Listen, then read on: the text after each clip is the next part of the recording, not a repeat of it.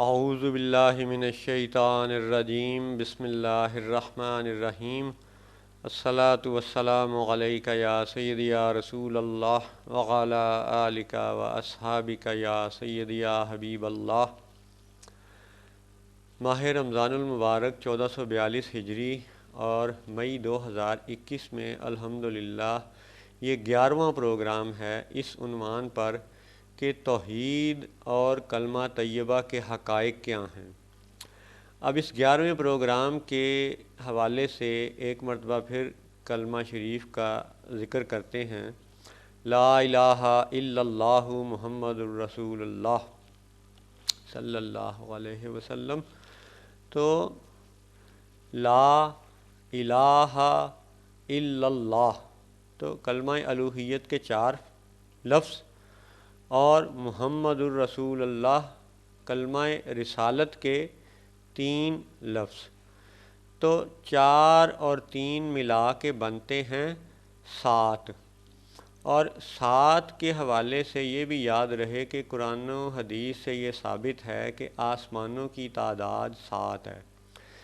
7 سماوات کا ذکر قرآن پاک کی کئی آیات میں ہے، یعنی 7 آسمان بنائے گئے ہیں۔ اور اب ان 7 کے حوالے سے اور الہ عبادت کے حوالے سے یہ بھی قابل غور ہے کہ قبلے جو ہیں وہ 3 ہیں۔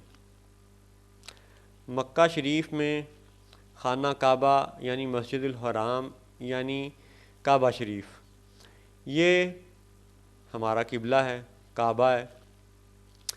اسی طرح فلسطین میں مسجد اقصیٰ یا جسے بیت المقدس بھی کہتے ہیں، جسے قبلہ اول بھی کہتے ہیں، وہ بھی قبلہ ہے۔ اور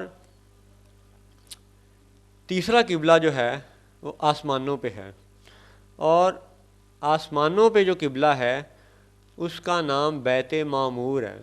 اور احادیث سے یہ پتہ چلتا ہے کہ یہ بیت معمور 7ویں آسمان پر ہے یا اس سے بھی ماوراء ہے۔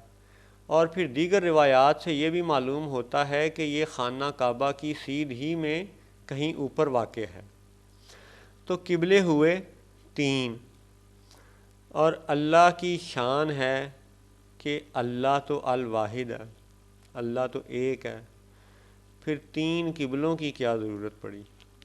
3 قبلے کیوں ضروری ہوئے؟ 3 قبلے کیوں بنائے گئے؟ اس پہ خیر محدثین و مفسرین نے بڑی ہی شاندار باتیں بیان کی ہیں۔ تفسیریں جو صدیوں پرانی لکھی ہوئی ہیں اور جو اب بھی لکھی پڑھی ہیں اس میں دلچسپ حقائق بیان کیے گئے ہیں۔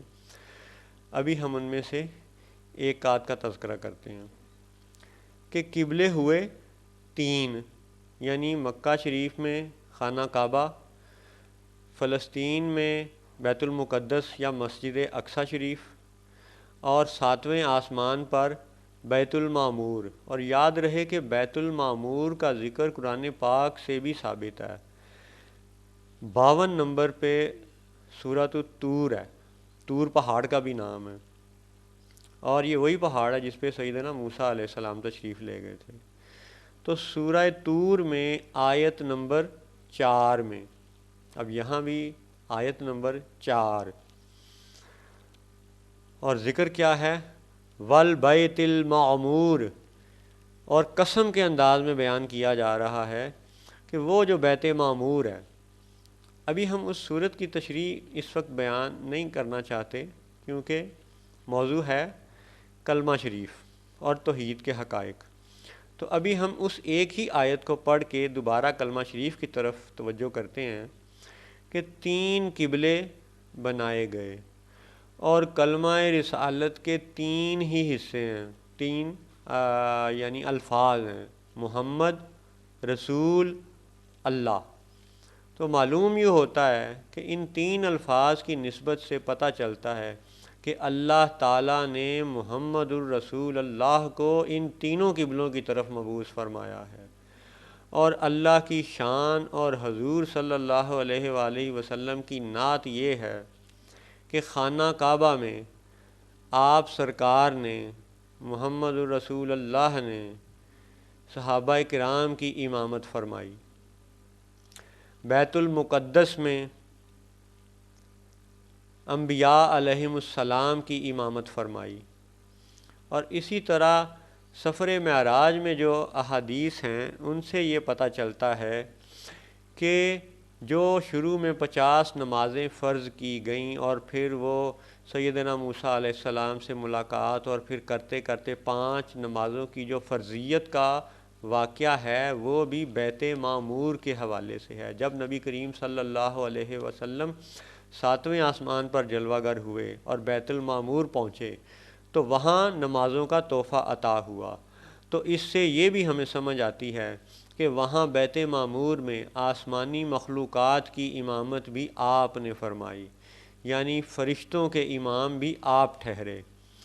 یہ احادیث سے بھی ثابت ہے، اور یہی بات کلمہ طیبہ سے بھی ظاہر ہے کہ 3 قبلوں کی نسبت سے کلمہ رسالت میں 3 الفاظ ہیں، اور تینوں جگہ محمد الرسول اللہ کو مبعوث فرمایا گیا، بھیجا گیا، خانہ کعبہ بھی، بیت المقدس بھی، بیت المعمور بھی، اور تینوں قبلوں میں حضور صلی اللہ علیہ وآلہ وسلم نے امام ہونے کی نسبت سے مقتدیوں کو شرف بخشا۔